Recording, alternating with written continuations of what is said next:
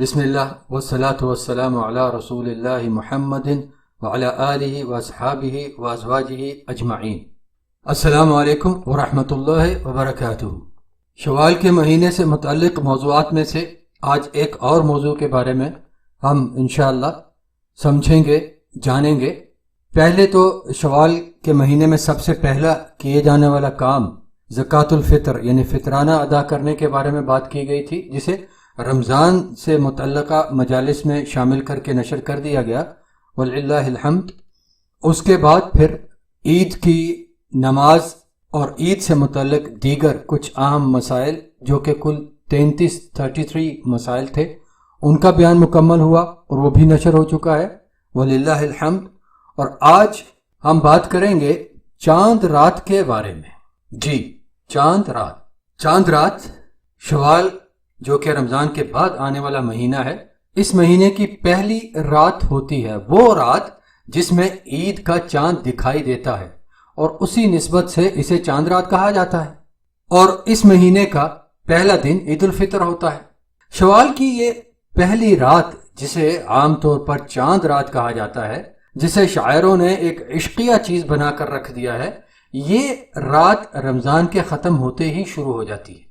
پھر اس رات میں ہمیں اپنے معاشرے میں جو کچھ ہوتا ہوا نظر آتا ہے، جو کچھ ہمارے بھائی بہنیں اس رات میں کرتے ہیں، اسے دیکھ کر پتہ چلتا ہے کہ جو شیاطین رمضان میں باندھ دیے گئے تھے، قید کر دیے گئے تھے، وہ اپنی رہائی کا جشن خوب منا رہے ہیں۔ گھر، گلیاں، کوچے اور خاص طور پر بازار ان کی کاروائیوں سے بھرے ہوئے نظر آتے ہیں۔ تقریباً ہر طرف موسیقی اور گانوں کی آوازیں بلند ہونے لگتی ہیں، بے پردگی، بے حیائی کے مظاہرے عام ہو جاتے ہیں۔ غیرت مند باپ، بھائی، بیٹے، شوہر اپنے گھر کی عورتوں کو مہندی لگوانے اور چوڑیاں پہنانے لے جاتے ہیں، اور بڑے اطمینان سے ان کے ہاتھوں کو غیر محرم مردوں کے ہاتھوں میں کھیلتے ہوئے دیکھتے ہیں۔ تھا غیرت نام جس کا، گئی وہ تیمور کے گھر سے، انا للہ و انا الیہ راجعون۔ ہو سکتا ہے اس سال کرونا کی وبا کی وجہ سے حکومت کی طرف سے کچھ پابندیاں لگا دی جائیں، ایسی کہ جس سے ان شیطانی کاروائیوں میں کچھ کمی ہو جائے۔ گو کہ اپنی قوم کی حالت دیکھتے ہوئے اس کی کوئی امید تو نہیں۔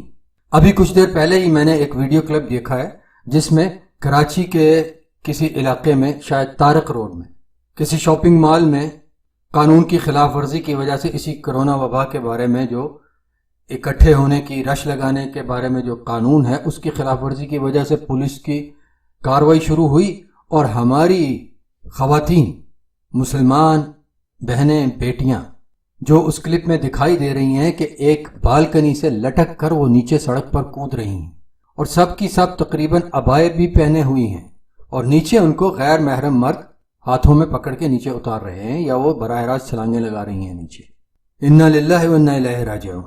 یہ اسلامی جمہوریہ پاکستان ہونا تو یہ چاہیے کہ نیا چاند دیکھ کر اللہ کے آخری نبی اور رسول کریم محمد صلی اللہ علیہ وعلی آلہ وسلم کی تعلیم کے مطابق دعا کی جائے۔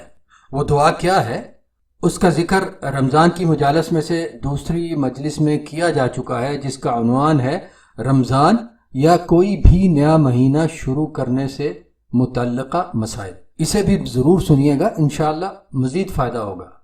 جی، تو میں یہ کہہ رہا تھا میرے محترم بھائیوں بہنوں کہ چاند رات میں ہونا تو یہ چاہیے کہ چاند دیکھنے پر مسنون دعا کی جائے، سنت کے مطابق جو دعا سکھائی گئی ہے وہ دعا کی جائے، اور اس کے بعد اللہ کا شکر بھی ادا کیا جائے کہ اللہ تعالیٰ نے ہماری زندگیوں میں ایک اور رمضان گزارنے کی مہلت عطا فرمائی، اور ایک اور عید میسر فرمائی۔ مگر ہوتا کیا ہے؟ ہوتا یہ ہے کہ اللہ کی نافرمانی کی جاتی ہے۔ کافروں کی نقالی میں ان کے جیسے کام کیے جاتے ہیں، جیسے کہ آتش بازی، پٹاخے بازی، موسیقی کا شور، رقص و سرود کا اہتمام وغیرہ وغیرہ۔ ان لوگوں نے کرسمس کارڈز بھیجنے شروع کیے تو ہم نے عید کارڈز بنا لیے۔ کیا ہمیں رسول اللہ علیہ الصلوۃ والسلام کا یہ فرمان مبارک معلوم ہی نہیں یا یاد نہیں کہ من تشبہ بقوم فہو منہم، جس نے جس قوم کی نقالی کی وہ اسی قوم میں سے ہے۔ سنن ابو داؤد کی یہ حدیث شریف اور صحیح ہے۔ رسول اللہ علیہ الصلوۃ والسلام کا یہ فیصلہ ہے، جس نے جس قوم کی نقالی کی وہ اسی قوم میں سے ہے، اور یہ فیصلہ عام ہے۔ اس میں سے کسی چیز کو نکالنے کی کوئی گنجائش نہیں، کوئی گنجائش نہیں کسی چیز کو نکالنے کی۔ لہٰذا لباس، طرز رہائش، عادات و اطوار، رسم و رواج، کسی بھی معاملے میں کافروں کی نقالی کرنا جائز نہیں۔ دیکھیے، اپنی برائی کو اچھائی بنانے کے لیے اسے اچھائی سے تبدیل کرنا ہوتا ہے۔ جی میرے محترم بھائیوں بہنوں، اپنی برائی کو اچھائی بنانے کے لیے اسے اچھائی سے تبدیل کرنا ہوتا ہے۔ کوئی اچھا نام دے دینے سے وہ برائی اچھائی نہیں بنتی۔ عید کارڈز، کرسمس کارڈز کی ہی نقالی تو ہیں، کیونکہ ان سے پہلے مسلمانوں میں کہیں اس قسم کی کوئی چیز نہیں پائی جاتی تھی۔ اب ان کرسمس کارڈز کی نقل کرتے ہوئے ہم بھی کارڈز کی کاروائیاں شروع کر دیں اور ان کو عید کارڈ کا نام دے دیں تو اس کی حقیقت نہیں بدلتی۔ یہ ایک قانون کی بات ہے، فقہ کے قواعد میں سے، فقہ کے قوانین میں سے ایک قانون ہے کہ العبرۃ فی حقیقت الشیء ولیس فی تسمیتہ، یعنی کسی چیز کی حقیقت کے مطابق اس کے بارے میں حکم لیا جاتا ہے، نہ کہ اس کے نام کے مطابق۔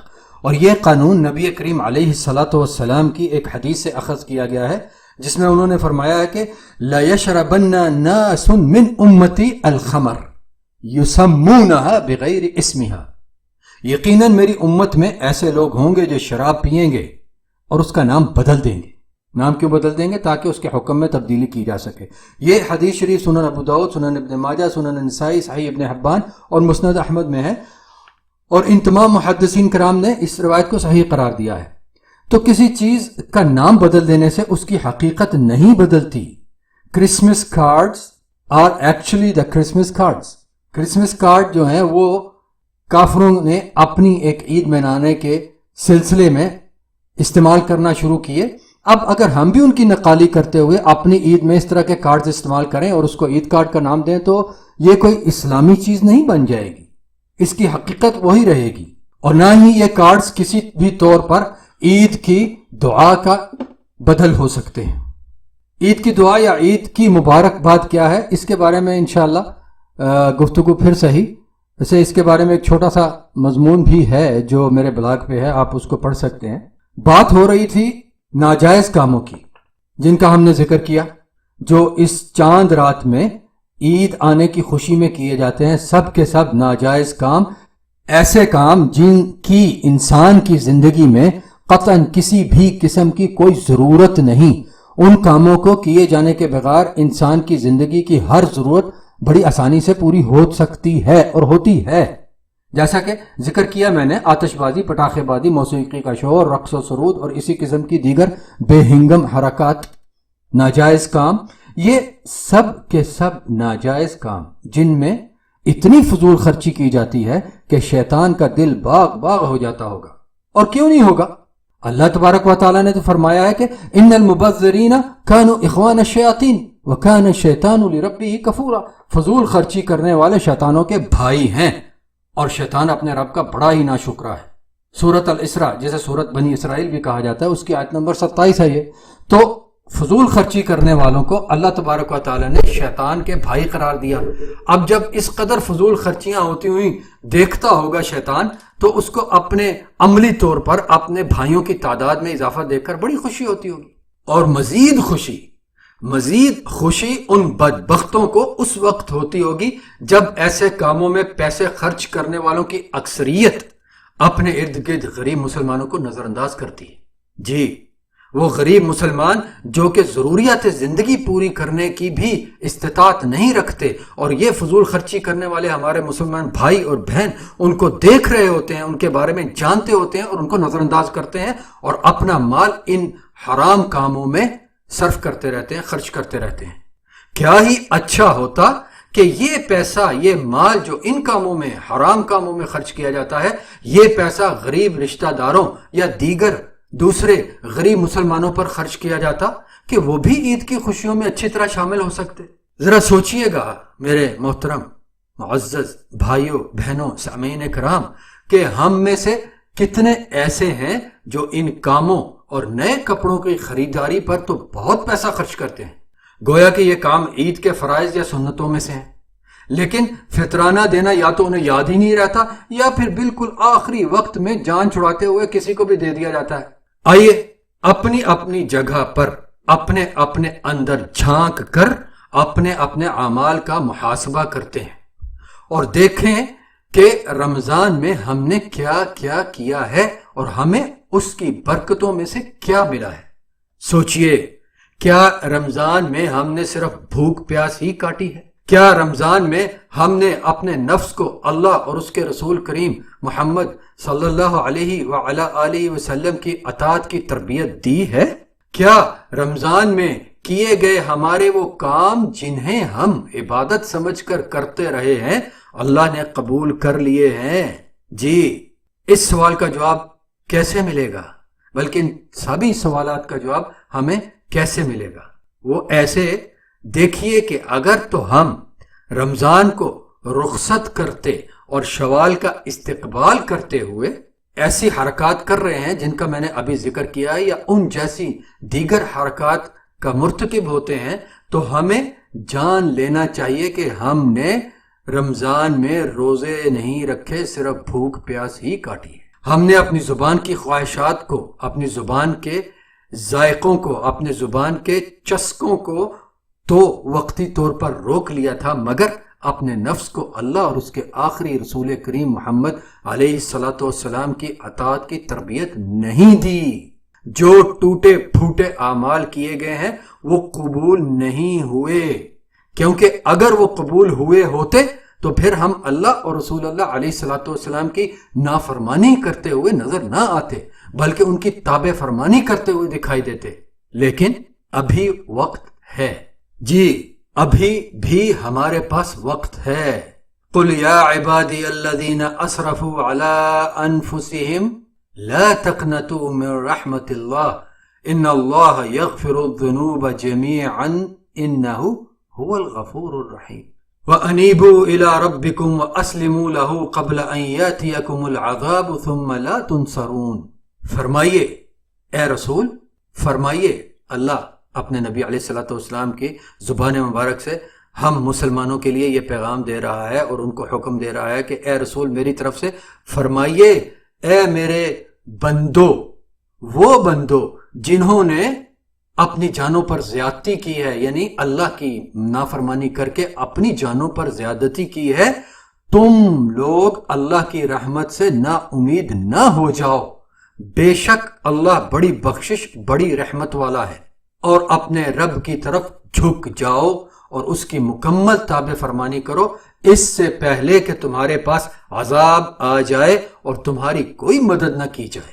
سورۃ الزمر کی آیت نمبر 53 اور 54، 53 and 54۔ اپنے ماحول اور معاشرے میں اور جہاں کہیں بھی ہمارے بھائی بہنیں آباد ہیں، وہاں ان کی اکثریت کی چاند رات والی مشغولیات دیکھ کر تو یوں ہی لگتا ہے کہ وہ سب ہی شیاطین جو رمضان میں قید تھے، رمضان کے ختم ہوتے ہی اپنے اپنے پیروکاروں کو خوب استعمال کرنا شروع کر دیتے ہیں اور اپنے مریدوں کے ذریعے اپنی قید میں گزرے ہوئے وقت کی کسر نکالتے ہیں۔ ہم سب اپنے اپنے اعمال کا جائزہ لیں کہ ہم میں سے کتنے ایسے ہیں جو ان شیاطین کا شکار ہوتے ہیں، ان کا اعلی کار بنتے ہیں اور رمضان کے ختم ہونے پر اللہ اور اس کے رسول علیہ الصلوۃ والسلام کی تابع فرمانی اختیار کیے رکھنے کی بجائے ان کے ہتھے چڑھ کر ان کے تابع فرمان ہو جاتے ہیں۔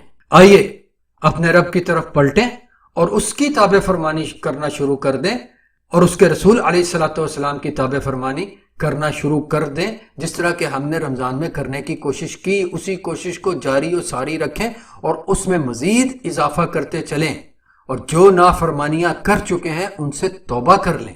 اللہ سبحانہ و تعالی جو کہ غفور ہے، غفار ہے، رحیم ہے، رحمان ہے، ہماری غلطیاں، کوتاہیاں اور گناہ معاف فرمائے اور ہمارے جو عمل نیکی کے زمرے میں آتے ہیں وہ اعمال قبول فرمائے، ہماری زندگیاں اللہ اور اس کے آخری نبی اور رسول کریم محمد علیہ الصلوۃ والسلام کی تابع فرمانی میں بسر ہوں، اسی پر ہمارے خاتمے ہوں، اسی حال میں ہم اپنے اللہ کے سامنے حاضر ہو کر اس کی رضا پانے والوں میں سے بن سکیں۔